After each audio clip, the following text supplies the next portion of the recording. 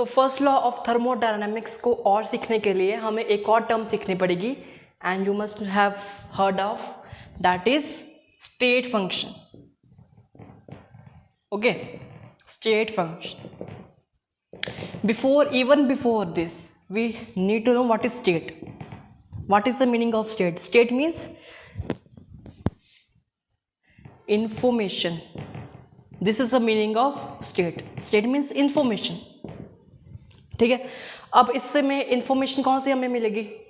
कोई ideal gas है, ठीक है, उसको हीट किया, ठीक है, और वो कोई इक्विलिब्रियम स्टेट में पहुंच गई. इक्विलिब्रियम मीन्स जहाँ पर थर्मल इक्विलिब्रियम भी हो रहा हो प्लस तुम्हारा मैकेनिकल इक्विलिब्रियम भी हो रहा हो. ओके, अगर वो स्टेट हमें मिल जाए और उस पोजीशन में कोई आइडियल गैस हमें मिल जाए, then we can find the information. हम इंफॉर्मेशन ले सकते हैं. We can obtain the information from that equilibrium state of the ideal gas. ठीक है, कैसे ले सकते हैं, कौन सी क्या क्या चाहिए, विच इज़ ऑब्वियस, ये तो तुम्हें पता ही होगा. आइडियल गैस से हम क्या क्या ले सकते हैं, कौन सी इन्फॉर्मेशन की बात करें, हमें इन्फॉर्मेशन की बात कर रहे हैं, that is pressure, volume and temperature. अगर हमें ऐसे पी, वी और टी मिल गया, प्रेशर मिल गया, वॉल्यूम मिल गया, टेम्परेचर मिल गया, we can say that we have obtained all the necessary information for the ideal gas.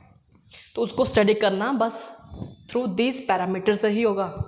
This is all in thermodynamics. हमें जहाँ पी चाहिए, जहाँ वॉल्यूम चाहिए, जहाँ टेम्परेचर चाहिए, और तो कुछ नहीं चाहिए. ओके, अब साइंटिस्ट ने क्या दिमाग लगाया कि अगर हमें ये इन्फॉर्मेशन चाहिए तो उसके लिए अच्छा होता कि हमारे पास एक इक्वेशन होती. ठीक है, तो वो उन्होंने एक इक्वेशन ऑब्टेन की. किसने? साइंटिस्ट ने. That they call this equation PV is equal to nRT. PV is equal to nRT. They call this equation as equation of state. देखो, तो वो सिंपल इसे इक्वेशन भी कह सकते थे, बट उन्होंने कहा इक्वेशन ऑफ स्टेट मीन्स ऐसे इक्वेशन जिससे हमें स्टेट पता लग सके, that is called as equation of state. State means we can have full information of the gas. Full information में क्या क्या होना चाहिए हमारे पास प्रेशर होना चाहिए, that is in this equation में है. हमारे पास वॉल्यूम होना चाहिए, ये भी इस इक्वेशन में है. हमारे पास टेम्परेचर होना चाहिए, ये भी इक्वेशन में है. बाकी n क्या है? n is the number of moles and R is the gas constant. Okay, इस पे हम बाद में भी आ सकते हैं. Okay, so this is all about equation of state. अब बात रहेगी स्टेट फंक्शन की. स्टेट फंक्शन क्या है, मैंने इनडायरेक्टली बता दिया क्या है स्टेट फंक्शन. देखो, कोई भी इक्विलिब्रियम स्टेट चाहिए बस. ठीक, इक्विलिब्रियम स्टेट कैसे मिलेगी? जब वर्क डन भी ना हो रहा हो, जब वॉल्यूम भी हमें डेफिनेट पता है होगी वॉल्यूम गैस की. ठीक है, आइदर वॉल्यूम पता होगी, प्रेशर पता होगा और टेम्परेचर पता होगा. अगर ये तीनों चीज़ें पता हैं, ठीक है, और वो कब पता होंगी? कॉमन सेंस है कि वो इक्विलिब्रियम स्टेट में ही होगी ना, क्योंकि इक्विलिब्रियम में कुछ भी चेंज नहीं होता है, ना प्रेशर, ना वॉल्यूम, ना टेम्परेचर. तब उस स्टेट को बोलते हैं इक्विलिब्रियम स्टेट. ओके, दैट जो ये पैरामीटर्स हैं जो कि हम इसको डेफिनेटली ढूंढ सकते हैं, that have fixed and definite volume, fixed and definite number. In parameters pressure, volume, temperature का जब फिक्स्ड एंड डेफिनेट नंबर हमें मिल जाए, कब? In the equilibrium state. This is important. Only in the equilibrium state, if we can have this information about pressure, volume, temperature, ठीक है, जो कि फिक्स होगी और डेफिनेट नंबर होगा, कुछ तो डेफिनेट नंबर होगा, तब हम इन चीज़ों को कहते हैं स्टेट फंक्शन. ओके, सो स्टेट फंक्शन का यही मीनिंग है, that it has definite value, it is definite number in a equilibrium state. This is all the meaning of state function. Okay. अच्छा, स्टेट फंक्शन, अब बात आती है कौन कौन से हमारे पास पॉसिबल स्टेट फंक्शंस हो सकते हैं। तीन तो यही हैं state function, P V T, ठीक है। तो बाकी कौन से हो सकते हैं हमारे पास स्टेट फंक्शंस, वो हम जानते हैं अभी। अच्छा, उससे पहले हम ये जानते हैं दैट इस इक्वेशन का एक और हमें एक क्लैरिटी मिल रही है हमें, दैट इफ़, क्लैरिटी क्या मिल रही है हमें, that if either we know P और वी और either we know V and T, इन तीन पैरामीटर्स है ना, ठीक है। अगर तीन पैरामीटर्स में अगर हमें कोई दो पैरामीटर्स भी मिल जाए, we can find the third parameter. तो ये हमारे इक्वेशन ऑफ स्टेट से ये भी इंफॉर्मेशन मिल रही है हमें, that if we can find any two quantities, you can write on your notebooks that if we can find any two parameters, we can find the third parameter as well. तो यहाँ पर मैंने अभी बताया कि स्टेट फंक्शन के लिए फिर जहाँ कोई दो ही क्वांटिटी हमें पता होनी चाहिए, ठीक है। क्योंकि इसलिए हम फाइंड खुद से कर सकते हैं। So what are the state functions. अच्छा, स्टेट जो हमारे पास ये इक्वेशन ऑफ स्टेट भी थी ना, P V is equal to n R T, ठीक है। ये एकदम से उन्होंने आसमान से नहीं लेकर दी। ये जो इक्वेशन है, इक्वेशन ऑफ स्टेट, ये भी तीन लॉ से मिलकर बनी है। पहला तो हमारे बॉयल्स लॉ है for the ideal gas, Boyle's law. Then हम पढ़ते हैं चार्ल्स लॉ, ठीक है। इन दोनों से वो भी है ना, दो तीन लॉ और हैं, वो मुझे अभी याद नहीं है। मतलब तीन चार लॉ को मिलाकर ऐसे कोई हमने पढ़ते होते हैं +1 एंड +2 के बॉयल्स लॉ है, चार्ल्स लॉ है, दो और लॉज हैं that are exactly like these Boyle's law, Charles law.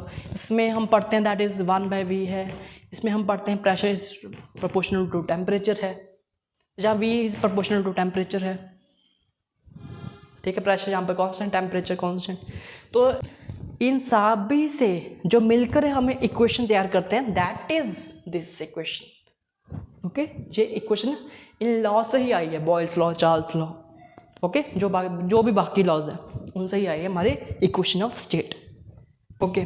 So what is a state function. State function means that we can write as, ये कोई भी वेरिएबल है, थर्मोडायनामिक्स वेरिएबल है, ये पी भी हो सकता है, वी भी हो सकता है, यू भी हो सकता है, ठीक है। कोई भी थर्मोडायनामिक वेरिएबल है, अगर उसको हम ऐसा लिख दें, ऐसा लिखने की कोशिश करें और ऐसा लिखा भी जाए from xi to xf, then it is a state function. अगर कोई भी थर्मोडायनामिक वेरिएबल f को हम ऐसे रिप्रेजेंट कर सकें, then we call f as a state function. This is the meaning of state function, mathematical point, initial point, this is final point f। तो चाहे तो हम ये पाथ चूज़ करें, चाहे हम ये पाथ चूज़ करें, कोई भी पाथ चूज़ करें, अगर same initial and same final points हैं, then it is always will have a definite value, fixed value. First path, second path, third path, कोई भी पाथ चूज़ करें, हमें जो डेल्टा एफ मिलेगा वो मिलेगा सेम थ्रू एवरी पाथ, ठीक है। तो इसका मतलब है स्टेट फंक्शन, ठीक है। ये वही बात है कि चाहे तुम जैसे temperature is a state function, चाहे तुम उसको गर्म करके देखो ना, temperature is a state function क्यों है, बिकॉज उसको चाहे तुम 10 से 30 डिग्री सेल्सियस पे गर्म करो, फिर 30 से 100 डिग्री सेल्सियस पे गर्म करो और बाद में स्टीम बन गई, चाहे ऐसे फॉलो करो। टेम्परेचर मतलब दूसरा पाथ ये हो सकता है, पहले you can take this at 10 degree Celsius, पहले उसको तुम ठंडा कर दो 0 डिग्री सेल्सियस एंड डायरेक्टली तुम उससे स्टीम बना लो, गर्म करके स्टीम बन सकती है। इसमें हम गर्म कर रहे हैं और इसमें ठंडा करके गर्म कर रहे हैं, यानी कि दोनों पास डिफरेंट है, but we will reach the same temperature, okay.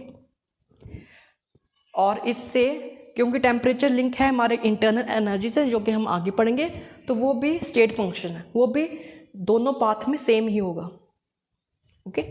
This is the meaning of state function. इस इक्वेशन में देखो, पहले तो हमारे पास P है, टी है, वी है, ओके, डेल्टा यू भी है या डी यू कह लो, तो इसमें डी यू तो स्टेट फंक्शन है क्योंकि इसकी भी वैल्यू होती है कुछ ना कुछ, ओके। बट हम जानना चाहते हैं whether work is a state function, whether D Q is a state function और नॉट, ठीक है। देखो डी यू अगर स्टेट फंक्शन है और अगर डी डब्ल्यू भी स्टेट फंक्शन होगा, मान लो अभी तो हमें चेक करना है, अगर ये भी स्टेट फंक्शन होगा then D Q will automatically be a state function. तो हमने अब ढूंढना है अकेला वर्क का, whether work is a state function और नॉट। अगर ये ढूंढ लिया whether it is a state function और not, we can automatically get information कि हमारा डी क्यू भी स्टेट फंक्शन है कि नहीं है। तो डायरेक्टली जंप ऑन करते हैं हम डी डब्ल्यू पे, ठीक है। Now attack D W. So what is D W? D W is P D V, simple. इसके भी डेरिवेशन है। डेरिवेशन क्या है? सिंपल सी है, दैट फोर्स इनटू डिस्प्लेसमेंट होता है। So we know what is force and pressure relationship, it is P into small area into D S, A is area, तो ये वॉल्यूम हो गया, तो ये पी डी वी हो गया। तो ऐसे हम डेरिवेशन हम करते हैं, ठीक है। तो अगर हम इसका ग्राफ ड्रॉ करें, इट विल लाइक दिस, ठीक है। तो ए से बी, तो इसके अंडर जो भी एरिया होगा, area under this slope will be equal to work done, क्योंकि इंटीग्रल का यही तो मतलब होता है, ओके।